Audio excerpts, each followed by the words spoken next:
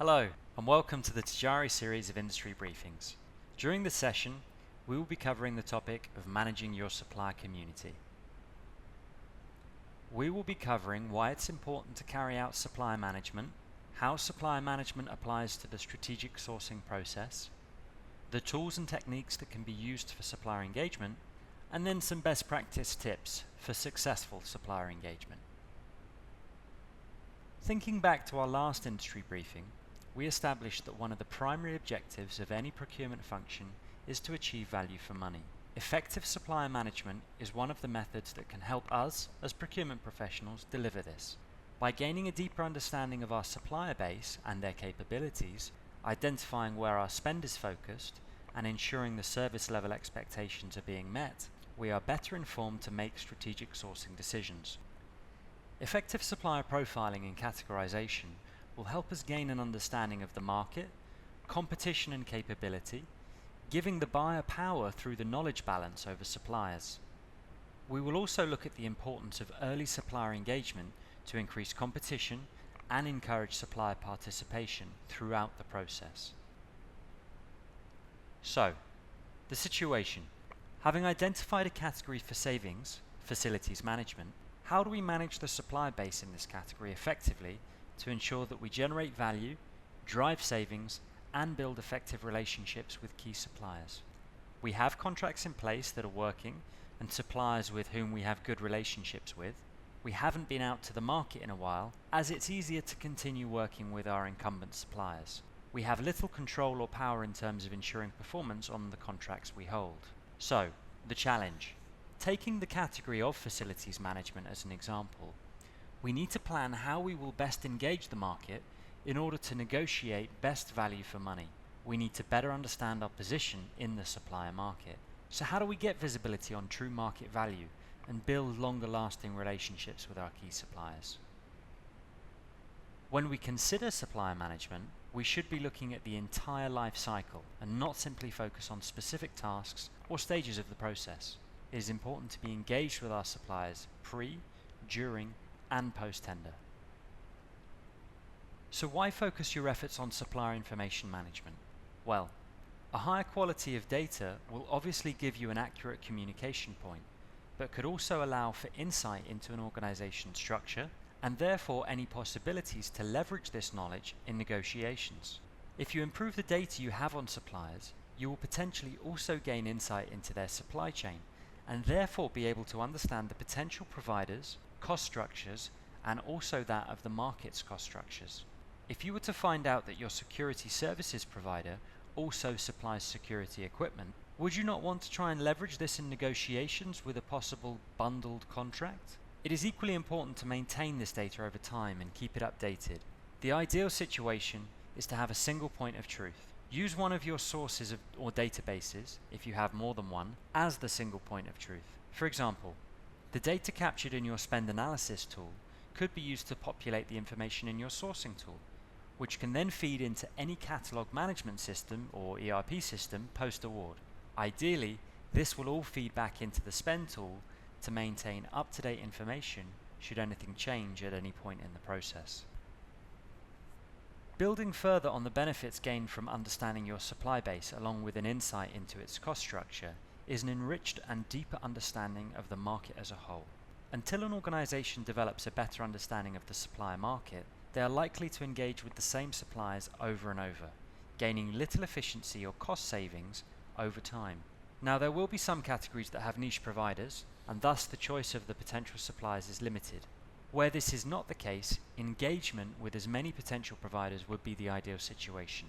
Not only will this drive competition, but you will understand the market better through the interactions you have with the wider supplier community. With a better understanding of the market, buyers can begin to think about bundling categories of spend. Grouping related services into bundled contracts allow for smaller number of contract management staff. This can bring savings through economies of scale and discounts on complete service offerings. For example, a contract manager could manage building maintenance activities such as plumbing and janitorial services in one contract. The provider supplying these services could pass on savings achieved through economies of scale through being passed the responsibility for purchasing service inputs. Suppliers may also pass on savings from the ability to make reductions in staff required to fulfill contracts. Both these savings would allow the provider to offer a more competitive price on the bundled service offering. The buyers can reduce the efforts in invoicing and contract management activities by having single bundled contracts rather than a number of them, resulting in supplier rationalization. Carrying out a spend analysis program will help us understand what we are spending, on what products and services, and with whom. This valuable information can start to help us drive our procurement strategy. If the supplier base is too broad, the strategy may be to consolidate spend and rationalize suppliers. If spend with a supplier covers multiple categories, we may look at how categories can be grouped to achieve greater savings through increased value contracts. Through supplier profiling, we can identify suppliers that will be capable of delivering the chosen strategy even before we have gone to market. With facilities management in mind here, we can think about how a facilities management company might engage with its subcontractors. This could help identify risks, such as large dependencies on individual subcontractors, or identify opportunities to take costs out of the overall process. The more we know about the provider, the more confidence we have in the awarding decisions. Often the procurement process is flooded with providers submitting responses, which are evaluated only to find out that the organizations aren't fully capable of providing the required solution. By issuing a request for information prior to proposal stage, we can whittle out these responses, ensuring only capable suppliers are taken through to proposal stage. But why wait until then to know who is capable?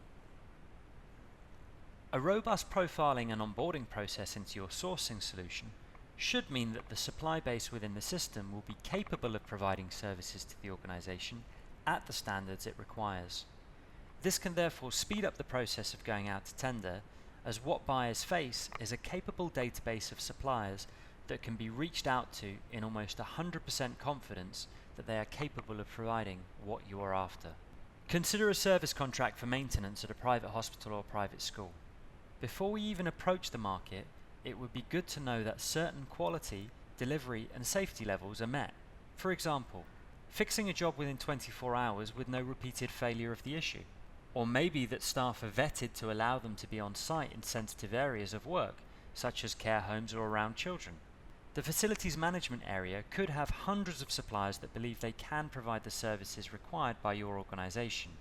Pre-profiling could eliminate the providers who actually can't provide the full scope of the service. It is in the interest of the buying organization to maximize competition. By making opportunities known to the market as early as possible, this will maximize awareness and interest outside of your current supply base. Advertising current and future opportunities can often attract new suppliers into your marketplace.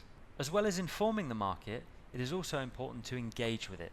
Through supplier workshops, engagement surveys, and education, suppliers can be encouraged to buy into the process and increase competition. If they feel as though the buying organization is investing in supporting them and looking to develop long-term relationships with them, it can encourage improved bidding to occur. Simplifying the process, where possible, can also bring huge wins.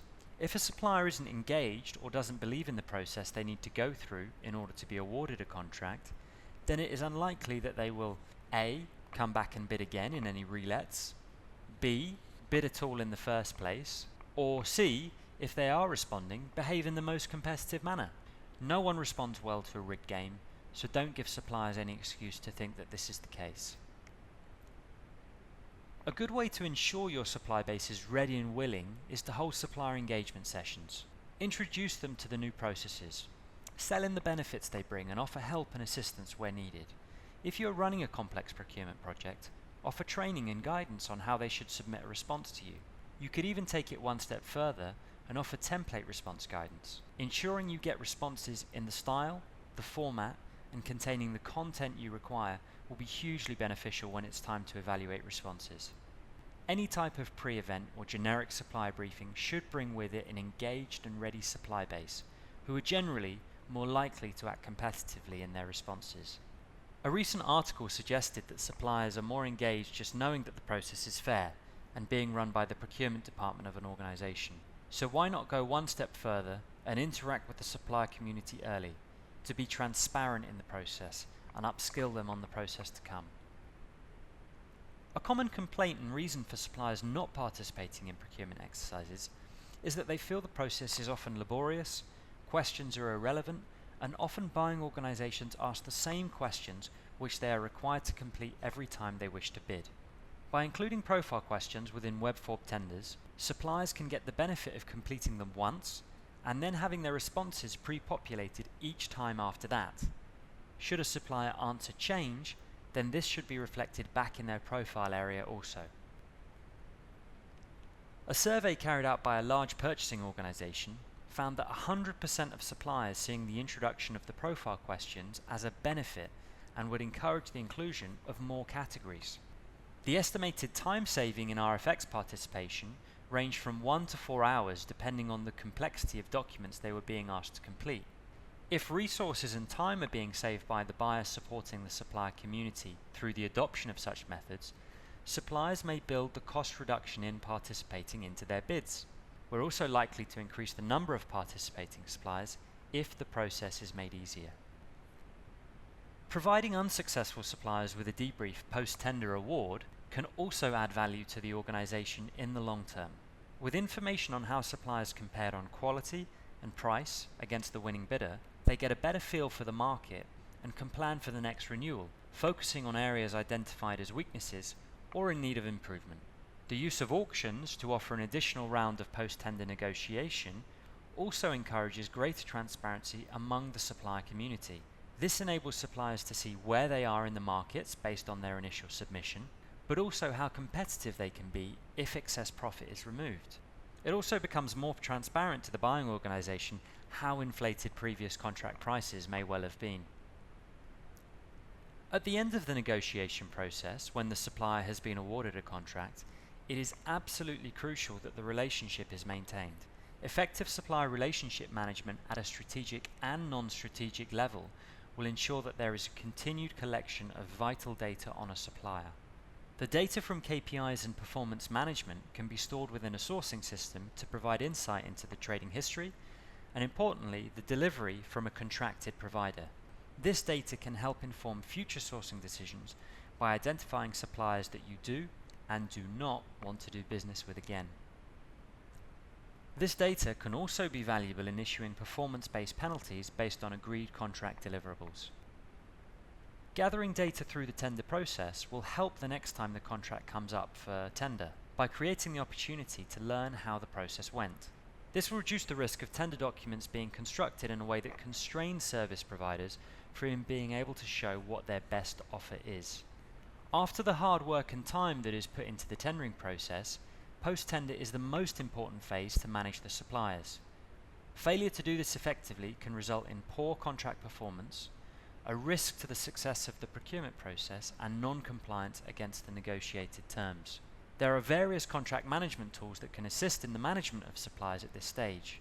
With adoption of KPIs, scorecards, and effective contract and price management, we're able to monitor the performance of the supplier over the life of the contract, flag declining trends early, and reduce the risk of contract failure. This will also reduce the risk of the organisation not recognising the contract benefits that have been negotiated during the tendering phase. Linking our contract management tools with spend analysis, we can also report against non-contract spend and incorrect invoicing, where there is not a match with the contract price. So, the target of supplier engagement. We want to get a set of common questions. We want to be able to capture the engagement history. So from the debriefings that we provide suppliers, what can they improve upon for next time? We want to increase the decline to respond rate. The more suppliers that participate, the greater the competition. We want to look to direct savings with the right supplier. We want to look at reducing market risk and improve opportunities for small to medium enterprises. So reflecting on what we've covered today, have we answered some of the frequently asked questions from buyers? When should you engage with the supplier community? Well, it's clear that we should be engaging with suppliers throughout the process. What is the market going to teach me that I don't already know? Markets are dynamic, and organizations need to be able to change with the market to achieve continued efficiencies and value for money. Why open up opportunities to the wider supplier market? Well, because it's in the interest of the buying organization to increase competition. Why streamline the process for suppliers? Well, it will help encourage providers in the market to bid. Why provide transparency and enhance feedback to suppliers? If buyers don't tell suppliers where to improve or where their weaknesses lie, we're not going to get improved bids next time around. What will event statistics give me? It'll help give the buyer a good understanding of what went well and what can be improved. Why build and monitor relationships with your key suppliers? It is these suppliers that can add value to your business. So, what should we take away from today's session? We want to engage with our supplier community early and maintain communication throughout the process. We should look to support the supplier community where possible. We want to simplify the process and standardize common questions. We want to maximize supplier profile information and ask the right questions. And we want to try to qualify suppliers as early as possible in the process. I hope you found this briefing useful. Thanks for listening.